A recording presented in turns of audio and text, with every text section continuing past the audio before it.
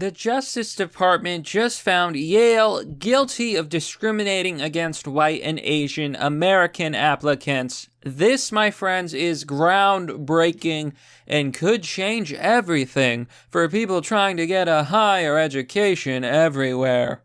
Hello everyone, this is Mr. Obvious, and today on the internet, we're going to talk about Yale. We're going to talk about this Justice Department official ruling and find out what it means for Yale and other universities which have long been accused of having bias, but against white and Asian applicants who are being rejected from college in favor of minorities thanks to affirmative action. Now, keep in mind, Asians are also a minority, but for some reason, they don't get any special treatment. We're going to dive right in to the disease and madness of woke leftism. So, before we do, please remember to like, comment, and subscribe, and hit the bell button for notifications for more content. And if you want to see more content like mine on places like YouTube or BitChute, remember to share this video. It's the single most powerful thing you can do. I mean, what do you want to watch? CNN?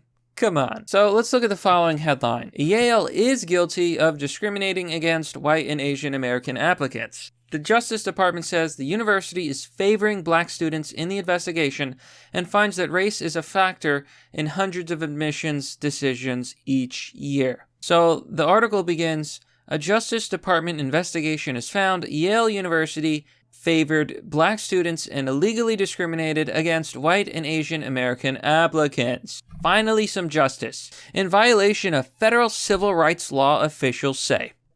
The findings were detailed in a letter to the college's attorneys on Thursday following a 2-year investigation after students had complained about the application process at some Ivy League schools. Now, to show you a very quick example of the bias, I want to show you this old story. You've probably heard about this right now, but there was once an Indian American man, and I believe he wanted to be a doctor or a lawyer or something like that, so he applied to Ivy League schools. However, he was rejected from all of those schools, but he had an idea. He would change his name on his application to something like Tyrone, shave his head, and pretend to be black. He applied to the same colleges and universities. He had the same grades, the same test scores, the same everything. But what do you know? All of the schools approved him and accepted him into their university. For the first time in Harvard University's history, the majority of students accepted into the incoming freshman class identify as non-white, 50.8% to be precise.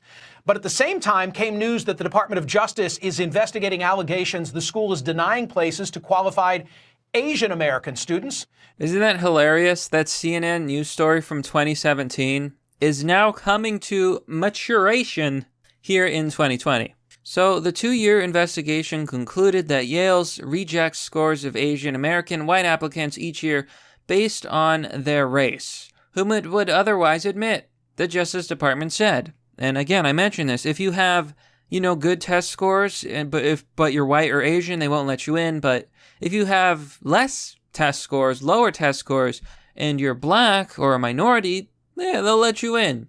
And again, Asians are also minorities. So it kind of goes to show you where the bias is. And this is actually very dangerous. So I want to read you the numbers here, the likelihood, the probabilities. The investigation concluded that Asian American and white students have only 1/10 to 1/4 of the likelihood of admissions as African American applicants with comparable academic credentials, the Justice Department said. Oh, you're a genius? You're a good boy? You volunteered? You help old ladies cross the street? Oh well, you're white. You can't come. Well, simply put, an African American is up to 10 times more likely to go to these schools to be accepted than white or Asian applicants. 10 times more likely. That, my friends, is discrimination of the highest degree, which is why I'm happy, because this case is groundbreaking. The Department of Justice, they're the government. We have the official release on this government website, and they go on to say, Quote, "There is no such thing as a nice form of race discrimination," end quote, said Assistant Attorney General Eric DeBrand for the Civil Rights Division. Quote, "Unlawfully dividing Americans into racial and ethnic blocks fosters stereotypes, bitterness, and division. It is past time for American institutions to recognize that all people should be treated with decency and respect without unlawful regard to the color of their skin." In other words, they're saying that it is illegal for Yale to continue to discriminate. They cite the Title V1 of the Civil Rights Act of 1964, which says that you're not allowed to discriminate on the basis of race, color, or national origin in programs and activities that receive federal financial assistance. And a lot of these Ivy League schools, Yale, Harvard, they all get government money. Therefore, they're not allowed to discriminate. Race should not be a factor. And they call out Yale. They're demanding that Yale agree to stop discriminating in their applications process. And they're giving them 1 year to comply. If they don't, I would say that they're going to sue. They're going to take it to court. And Yale is going to be in big trouble. This is the government we're talking about. Now, what do you think Yale is? What kind of place is Yale? Well, if I told you that it was woke and infected with cultural Marxists, communists, would you believe me? Here you can see on Twitter, Yale University, their official account, verified checkmark. What are they posting about? Well, let's look at this. Quote, "If we want to address racism in society at large, we also need to address it in the 3rd grade music classroom, in the 7th grade social studies classroom." Quote, Yale professor of American Studies, Daniel Hosang. They want to brainwash your children. Ah, yes. You know, I just did a video about how teachers are mad. Woke teachers are mad about online classrooms because of the COVID-19 pandemic, because kids are now at home and they're doing online schooling. Now, a lot of these woke left-wing activist teachers are afraid that parents will overhear them brainwashing their children, indoctrinating them with critical race theory, with woke ideology, and with nonsense. Oh yeah, they want to brainwash your kids. And this is the article that Yale retweeted. "Dismantle racism, start in the classroom, teachers say." They're not even trying to hide it.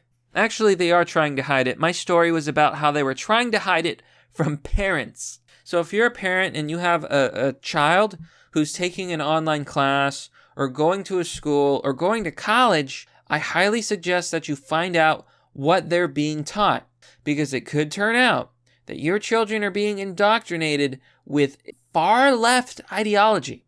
And who knows? They could become a radical. They could go out in the street, assault an officer, burn down buildings, riot, and break the law and end up in jail with their whole lives ruined. Education has become indoctrination, and they're brainwashing an entire generation of students. It takes from 15 to 20 years to demoralize a nation, because this is the minimum number of years which requires to educate one generation of students exposed to the ideology of the enemy. In other words, Marxism-Leninism ideology is being pumped into the soft heads of at least 3 generations of American students without being challenged or counterbalanced by the basic values of Americanism. Now, Yale has slammed the Department of Justice, saying that their findings are meritless and hasty. In a statement, Yale said it categorically denies this allegation. "You're full of shit. You've been caught. Fess up."